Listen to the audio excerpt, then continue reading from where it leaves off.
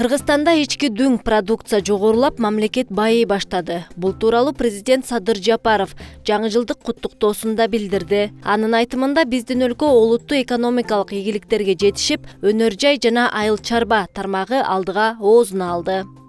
За этот год мы достигли серьезных экономических успехов, подвижек в промышленности и сельском хозяйстве. ИДП боюнча чыныгы кырдаал кандай? Экономикалык статистика эмне дейт? Мурунку жылдын жыйынтыгы боюнча элдин турмушу өзгөрдүбү? Келгиле, жооп издеп көрөлү.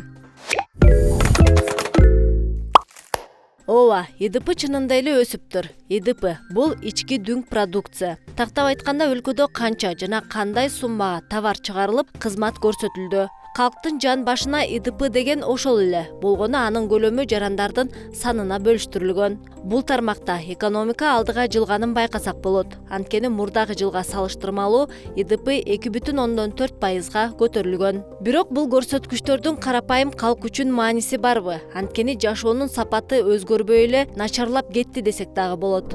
Улуттук статистикалык комитеттин маалыматына караганда жарандардын номиналдык эмгек акысы гана жогорулаган, дээрлик 9,4%га. 2021 жылдын соңуна карата Кыргызстанда орточо айлык акы 19,661 сомду түзгөн. Доллар менен алганда $232. Коңшу Казакстанда орточо айлык акы $603. ЕАЭБтин башка өлкөлөрүндө анын суммасы мындан дагы жогору.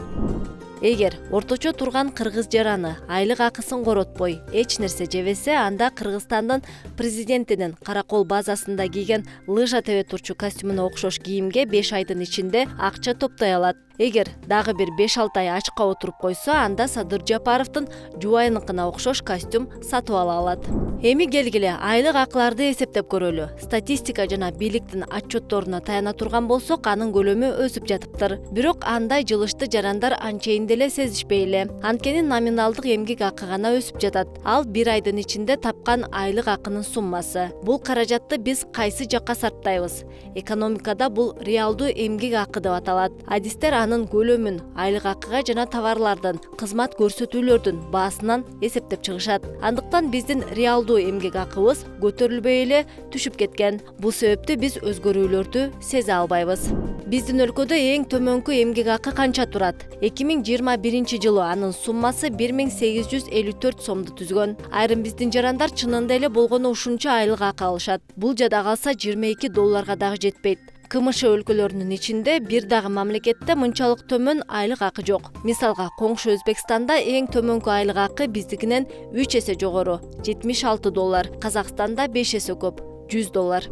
Ал эми жашоо минимуму Кыргызстанда эң төмөнкү айлык акыдан 3,5 эсе жогору. 2021 жылдын октябрь айында анын көлөмү 6382 сом 67 тыйынды түзгөн. Кыргызстандагы баалар айлык акыдан алдаганча тезирээк өсөт. Муну улуттук статистикалык комитеттин 9 ай боюнча көрсөтүлгөн маалыматы тастыктайт. Жыл жыйынтыгы чыгарыла элек. Бирок 9 ай ичинде өлкөдөгү баалар жана тарифтер 9,7%га жогорулаган. Кененирээк токтолсок, азык-түлүк 11%га, азык-түлүк эмес товарлар, ар кандай кир жуучу жана үй тазалоочу каражаттар 10%га, ал эми кызмат көрсөтүүлөрдүн тарифтери 5,1%га кымбаттаган. Мисалга, гречканын 1 килограммы дээрлик 40 сомго кымбаттаган. Нандын баасы болсо 12%га чейин жогорулаган. Бери дегенде эле 5-6 сомго. Кант болсо 18 сомго көтөрүлгөн. Суу майдын баасы дээрлик 15-30 сомго жогорулаган. Күйүүчү майдын баасы дагы тынымсыз жогорулап, жол кире дагы кымбаттады. Ар бирине өзүнчө токтолуунун кажети жок. Анткени баалардын туруксуз болуп жатканын өзүңөр деле күнүгө байкап жатасыңар. Азыр болсо экономикалык ийгиликтерге, өнөр жай жана айыл чарба тармактарындагы жылыштарга токтолсок, өнөр жай тармагындагы көрсөткүчтөр чынында эле көтөрүлүптүр.